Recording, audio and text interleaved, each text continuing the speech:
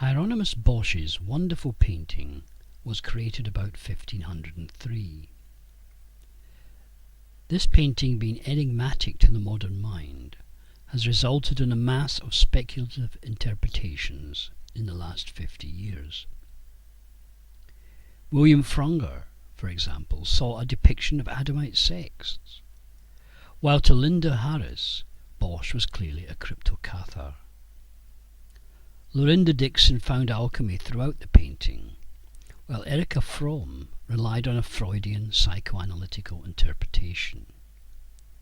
Dirk Bax saw Bosch's imagery to be visual translations of verbal metaphors and puns from biblical and folkloric sources. Many people can only see these as psychedelic hallucinations, which they suppose arose as a result of Bosch being poisoned by ergot. All these commentators are so taken up with their theorizing that they merely look into the painting to find confirmation of their ideas. They do not truly look at Bosch's work. Instead, they interpose and project their own agendas. My approach in this audiovisual study course is to ask people merely to look at the imagery and structure of the painting without imposing some grand interpretation. The work is painted in oils on oak panels. The overall size is 2 meters 20 high and 3 meters 89 wide. That's about 7 foot 4 by 12 foot 9. It is in the form of an altarpiece, being a triptych with 2 outer panels closing upon the large centre panel. The outer part of the panels also bears a painting which is seen when they are closed. Like all substantial paintings of this period, this work will have been commissioned and not merely created by the artist entirely for his own delight. It seems likely that it was commissioned by Count Henry III of Nassau-Breda, the governor of some provinces in the Low Countries, as it is recorded as being publicly displayed at his palace. Later it was seized by the Spanish armies and thus found its way into the hands of Philip II of Spain, and thus is now in the Prado in Madrid.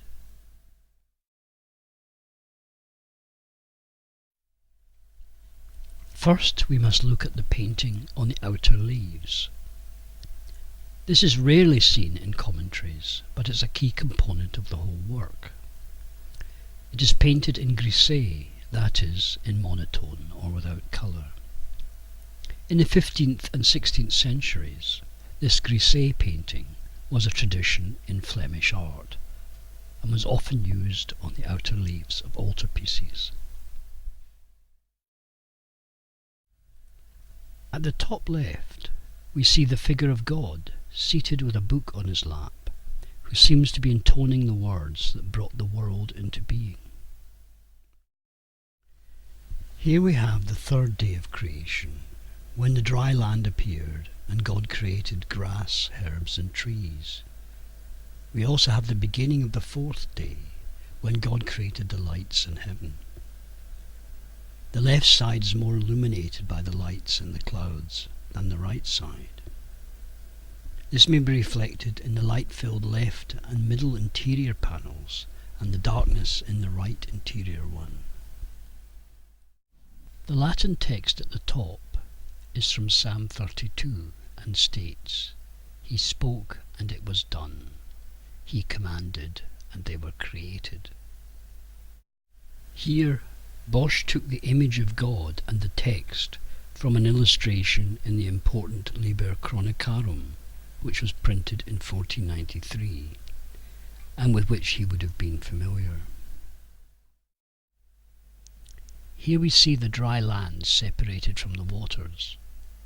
Conventional trees and shrubs grow in the landscape, depicted in the style found in many Flemish paintings of the 15th century. But, in the foreground, on the shores of the vast sea, Bosch depicts 7 strange plant and vegetable forms, enlarged and metamorphosed from the familiar. Similar forms appear on the left and inner panels of the triptych.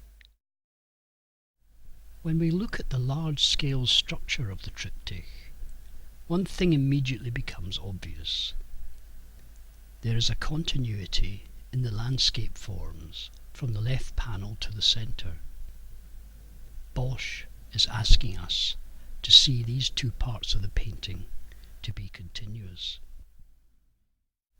There is no such continuity between the central panel and that on the right, for here we have a realm of darkness entirely cut off from the light-filled worlds of the other two panels. Furthermore, a group of figures on the lower left of the central panel appear to be looking into, contemplating and discussing the events in the left panel, whereas no figures in the central panel look into the right. Another obvious structural feature is the division of each of the panels into a background, a middle ground and a foreground. In the background of the left and central panels we see strange towers constructed of vegetable forms, while on the right panel castles, towers burn and glow in the darkness.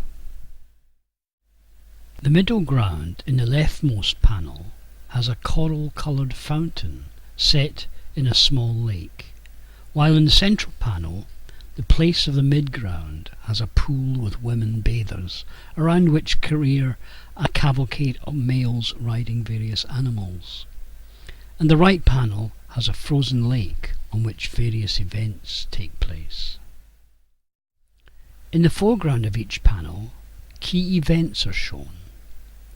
Bosch uses the space in his paintings in an entirely structured way. Images are reflected and balanced against one another. Only by becoming aware of this structure can we get close to Bosch's original conception.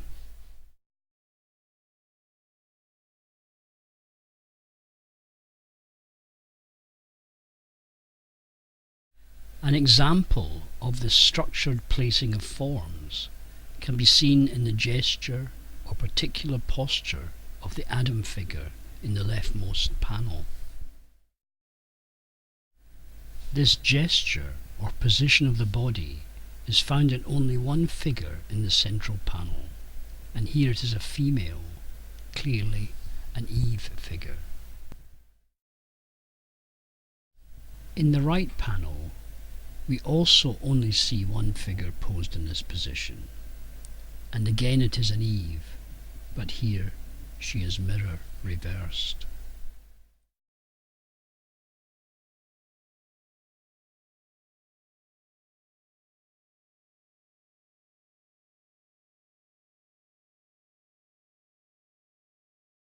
It is also instructive to look at the image that Bosch places at the centre of each of the panels.